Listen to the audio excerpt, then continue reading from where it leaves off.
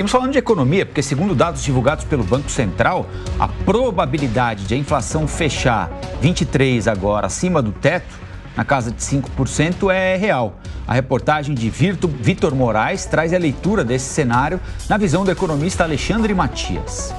O Banco Central divulgou a revisão da previsão da inflação, que deve fechar o ano na casa dos 5%, ou seja, acima da meta do governo federal, de 3,25%. Segundo a autoridade monetária, nos últimos 12 meses, a inflação acumulada aumentou 4% em maio para 5% em agosto. O economista Alexandre Matias avalia que o Brasil já tem em andamento um plano nacional para diminuir a inflação, que começou em 2021 com o ciclo de alta da taxa de juros. O Brasil está na frente, a gente foi o primeiro país a elevar os juros, fomos o primeiro país a iniciar o ciclo de cortes. O Banco Central vem cortando juros, mas procurando manter uma postura monetária apertada para assegurar a convergência.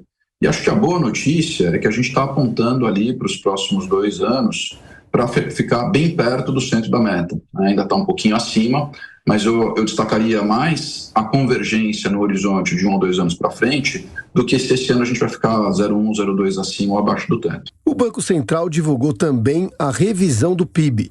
O governo e o mercado têm expectativas parecidas, com um crescimento na casa dos 3%. O economista projeta o ano que vem com um crescimento do PIB de 2,5%. Tem algumas boas notícias e algumas hipóteses, né?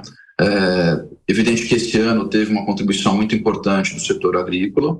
O ano que vem a gente não deve repetir uma contribuição tão importante, mas a economia ela está mostrando um grau de resiliência mais forte, isso no Brasil e no mundo inteiro, mas particularmente no Brasil. O mercado de trabalho segue em níveis bastante baixos de desemprego e a gente está discutindo, os economistas estão começando a discutir se as reformas que foram feitas nos últimos 5, 6 anos, né, reforma trabalhista, reforma da Previdência, mudança no marco institucional de uma série de coisas, se isso não produziu um aumento do PIB potencial que nos permita crescer um pouco mais rápido. Segundo a explicação do próprio Banco Central, a projeção de crescimento para 2024, nesse momento, é de 1,8%, com uma contribuição menor da agropecuária brasileira.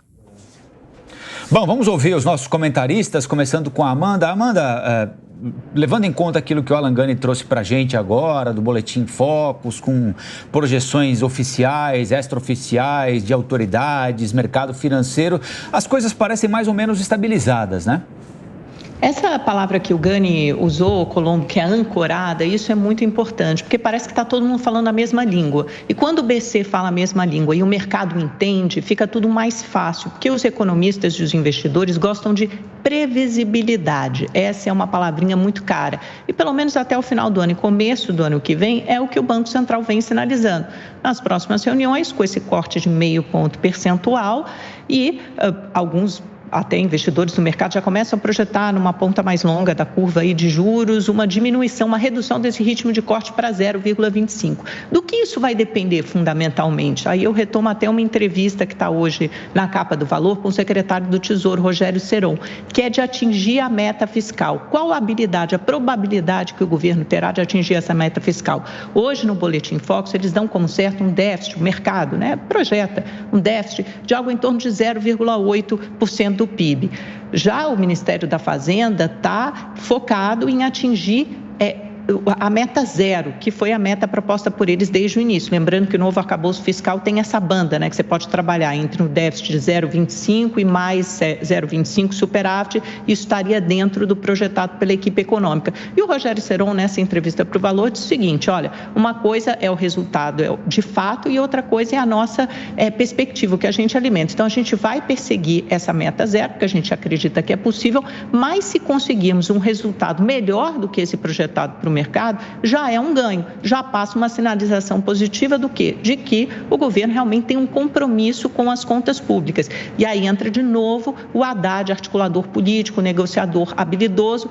Isso deu uma balançada ali quando ele fez aquelas declarações infelizes sobre o protagonismo da Câmara, que deixaria o Senado e os STF reféns. balançou a relação muito, uma química boa que ele tinha construído com Lira, uma relação muito azeitada, mas eles estiveram juntos no final da semana passada, quinta ou sexta-feira, agora eu não lembro bem o dia, e negociaram uma pauta ambiciosa já para o início dessa semana, que é o PL, tudo reunido no mesmo projeto de lei de taxação de offshores e fundos exclusivos.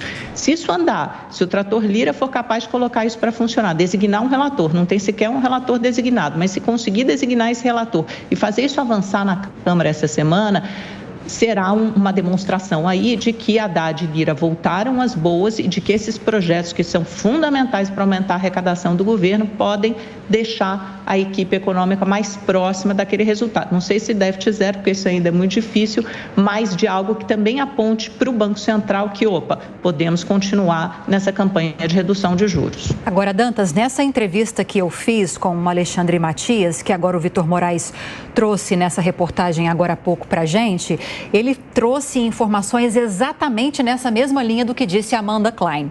Já está praticamente precificado no mercado que essa meta de déficit zero para o ano que vem não será alcançada pelo governo. Mas se o governo, no entendimento do economista, seguir mostrando que está comprometido em caminhar nesse sentido, o mercado se mostra um pouco mais resiliente em relação a um não cumprimento, a um descumprimento. Que leitura que você faz? Bom, Lívia, o Alexandre disse, inclusive, que os economistas, de uma maneira geral, estão debruçados sobre esse fenômeno, essa trajetória aí da própria inflação, se isso é resultado das reformas que foram feitas nos últimos 5, 6 anos. São sim, porque quando a gente estabelece fundamentos econômicos e respeita esses fundamentos, eles tendem a médio e longo prazo se refletir justamente numa boa saúde da economia. É disso que se trata. As projeções de curto prazo para o ano que vem são de risco fiscal, justamente em função dos gastos, da expansão de gastos do atual governo e também do choque do petróleo, que é uma pressão inflacionária que vem de fora. O que a gente precisa ter claro é que essa agenda reformista, ela tem que seguir. O Haddad, quando pressionado aí pelas alas mais radicais do partido, do próprio governo, ele acaba, vamos dizer assim, balançando um pouco sobre esse rumo a seguir.